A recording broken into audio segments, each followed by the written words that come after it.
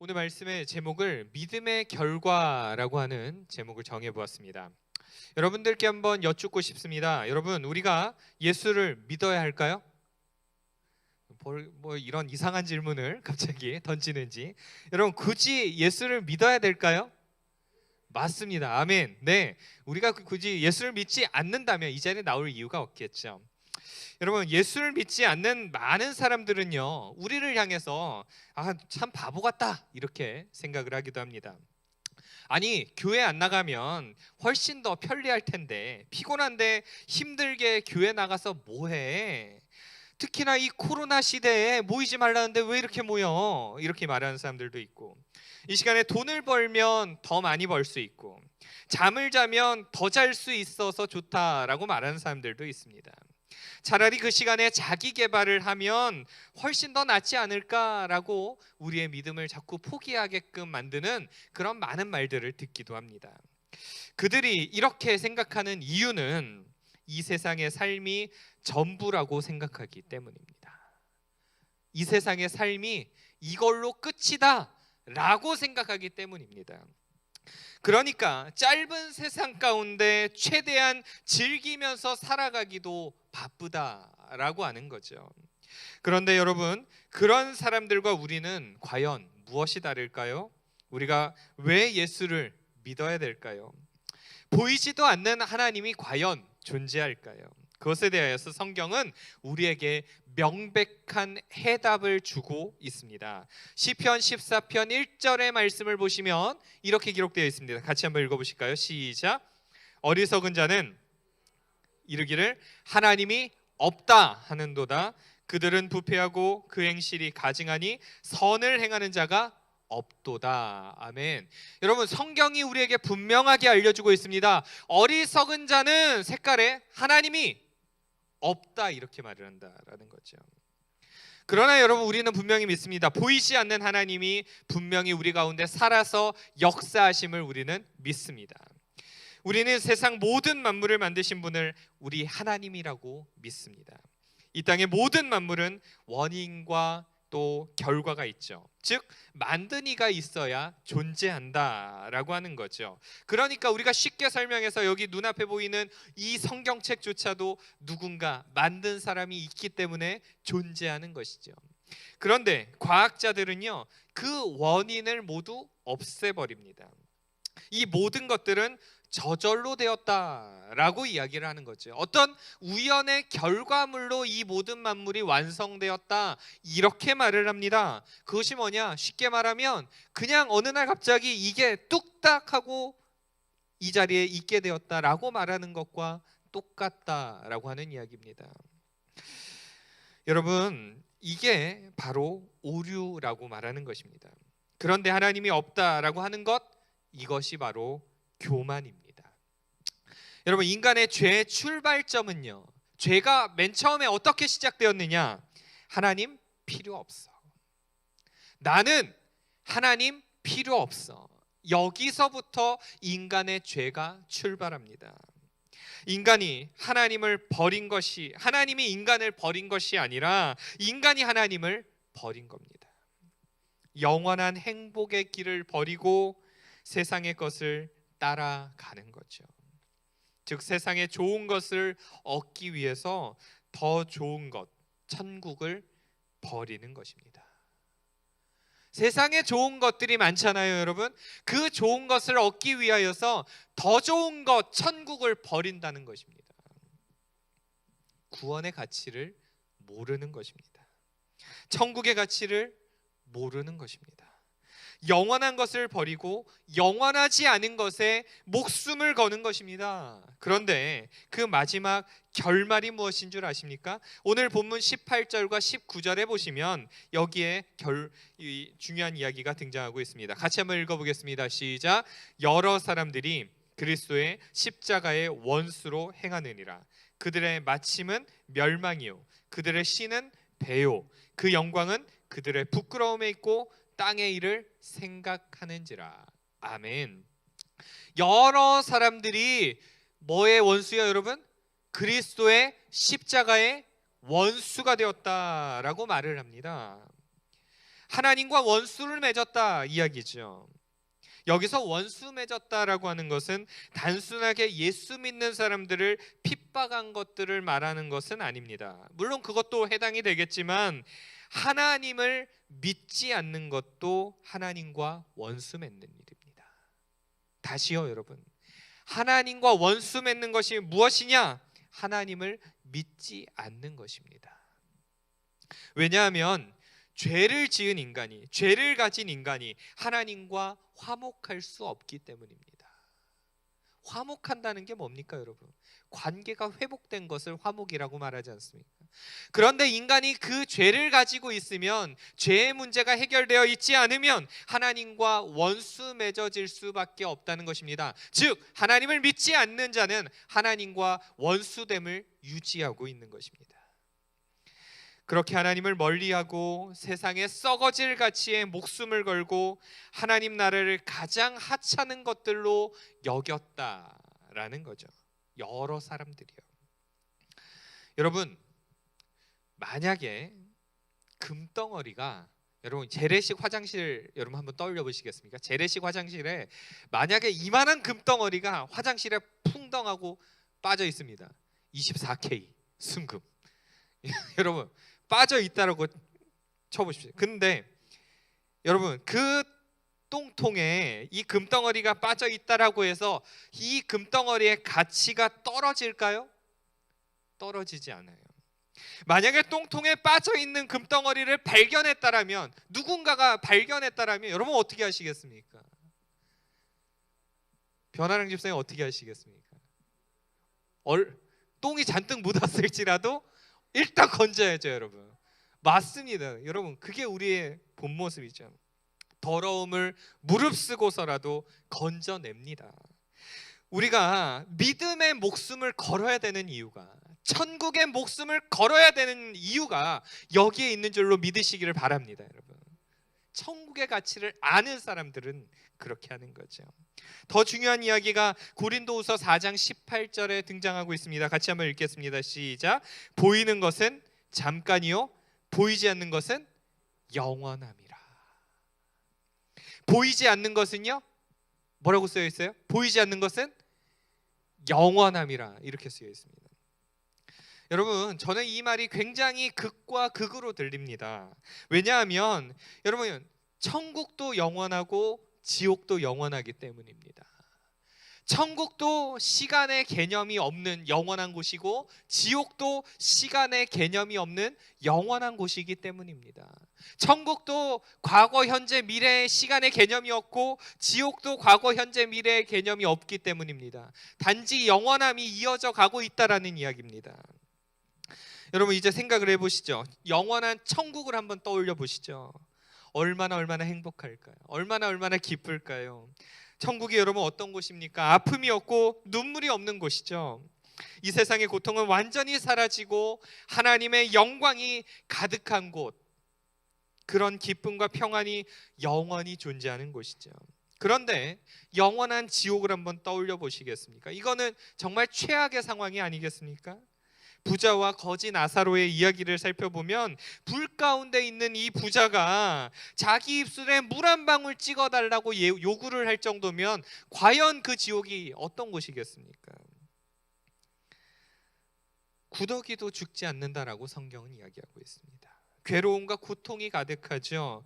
그런데 이 인간이 자기 스스로도 씻을 수 없는 죄로 인하여서 영원한 지옥에서 끝도 없는 고통 속에 있는다는 것은 가장 최악의 선택이 되는 거죠.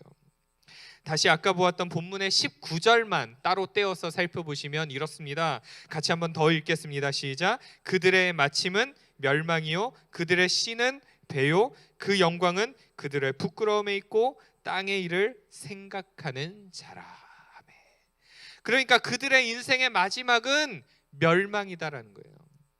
예수를 믿지 않는 사람들은, 믿음을 가지지 않은 사람들의 마지막은 뭐냐? 멸망이다라고 하는 거죠. 그들의 신은 배요라고 하는 것은, 유대인들은 그 마음이 배에 있다라고 생각을 했거든요. 그러니까 우리의 생각으로, 우리의 사상으로 생각해 보면 그들의 신은 가슴에 있다, 이렇게 이해를 하시면 되겠습니다. 그러니까 그들은, 그 말은 하나님이 아닌 다른 것들을 더 의지한다, 마음속에, 이 이야기예요.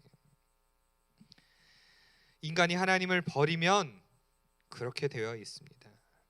그들이 아무리 이 세상 가운데서 대단한 영광을 가지고 있을지라도 결국에는 부끄러움에 처하게 된다라는 겁니다. 땅의 일들만 생각하다가 끝나는 겁니다. 여러분, 얼마 전에 최근에 삼성의 이건희 회장님이 돌아가셨죠. 그런데 그분이 다른 거 다 제외하고 자식에게 상속해 줄 수 있는 주식만 18조 원이라고 합니다. 여러분은 놀라시지도 않네요. 여러분 다 집에 10조 원씩 가지고 계시나 봐요. 여러분 네, 18조 원이라고 합니다. 여러분 어마어마한 돈 아닙니까? 여러분 뭐 1조 원이 아니라 1억이라도 주면 좋겠네, 우리 이런 생각 가지잖아요. 그렇죠? 그분이 돌아가실 때 그 18조 원의 그 돈 다 싸들고 갈 수 있을까요? 여러분 하나도 못 가져가요. 세상의 모든 돈을 다 가지고 있다라고 해도 죽으면 단 1원도 가지고 가지 못합니다. 다 내려놓고 가야 돼요. 그래서 누가복음 12장 20절을 보면 이런 내용이 나와 있죠. 같이 또 읽겠습니다. 시작. 하나님은 이르시되 어리석은 자여, 오늘 밤에 내 영혼을 도로 찾으리니 그러면 내 준비한 것이 누구의 것이 되겠느냐 하셨으니. 그러므로 여러분, 이 말씀을 살펴보면서 이 세상 가운데서 열심히 살지 말라는 이야기는 아닙니다. 당연히 최선을 다해서 살아가야 됩니다. 그런데 세상에서 잘 살기 위해서 하나님을 버린다? 여러분, 이것은 가장 최악의 방법이다라는 것입니다. 예수를 믿다가 믿음을 포기하는 많은 사람들이 있습니다. 저도 지금까지 교육부서를 담당하면서 뭐 이런 친구들 만날 때가 있어요. 나는 청년이 되면 절대 교회 안 나갈 거야. 내가 지금은 엄마 말 듣느라고 교회 가고 있지만 내가 청년만 되면 난 교회 안 나가. 그런 친구들을 바라볼 때 굉장히 안타깝습니다. 교회를 수없이 다녔는데 천국의 가치를 모르는 것입니다. 교회 집사님들, 권사님들을 신방을 해보면 이런 경우를 제가 진짜 많이 만납니다. 우리 애가요, 주일학교 다닐 때는 교회 그렇게 잘 다녔어요. 중고등부 다닐 때는 우리 애가 교회를 그렇게 잘 다녔어요. 그런데 청년이 되더니 교회를 안 나가요. 너무 안타까워요. 제가 매일 이렇게 기도해요. 이런 이야기를 듣게 됩니다. 그런 이야기를 참 많이 듣습니다. 그런데 얼마나 가슴이 아픈 이야기인지 모릅니다. 정말 말로 다 할 수가 없죠. 그분이 무엇을 걱정하고 있을까요? 나는 예수 믿어서 천국에 가는데 내 자식이 이 세상을 살면서 하나님을 경험하지 못해서, 하나님 만나지 못해서, 하나님을 믿지 않아서 내 자식이 혹여 지옥에 갈 거라고 생각을 하면 마음이 찢어지게 아픈 겁니다. 여러분, 하나님을 믿음으로 살아가는 그 기쁨을 아시기에 그것을 누리지 못하는 자식을 보니까 안타까운 거예요. 여러분, 한번 여쭙겠습니다. 인간이 자기 죄를 자기 스스로 씻을 수 있습니까? 불가능합니다. 여기 중요한 이야기가 여기 담겨 있습니다. 인간은 자기 스스로 자기 죄를 씻을 수 없다라는 것입니다. 이것이 인간의 비참함입니다. 내 힘으로, 내 능력으로 아무리 노력을 해봐도 죄를 씻을 수 없는 것입니다.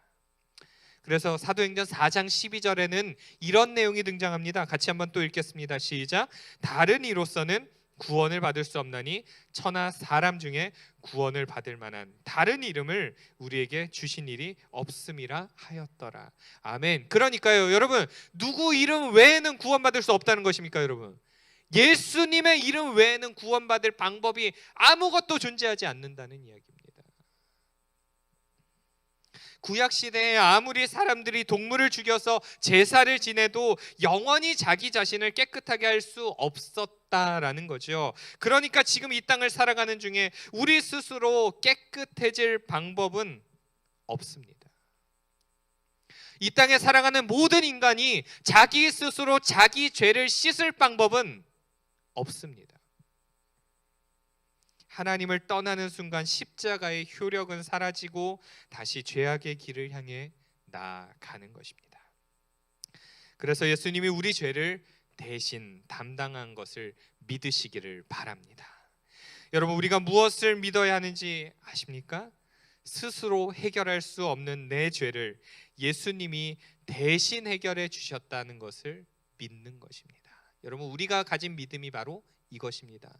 나 스스로 해결할 수 없으니까, 나 스스로 죄를 씻을 수 없으니까 누군가가 오셔서 내 죄를 대신 담당하셔야 되는데 그 예수님이 이 땅에 오셔서 내 죄를 대신 담당했다는 것을 믿으시기를 바랍니다. 여러분, 하나님이 요구하시는 것은 대단한 것이 아닙니다.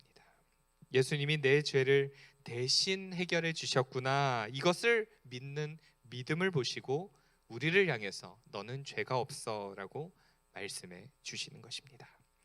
로마서 3장 25절을 보면 중요한 말씀이 등장하고 있습니다. 같이 한번 읽겠습니다.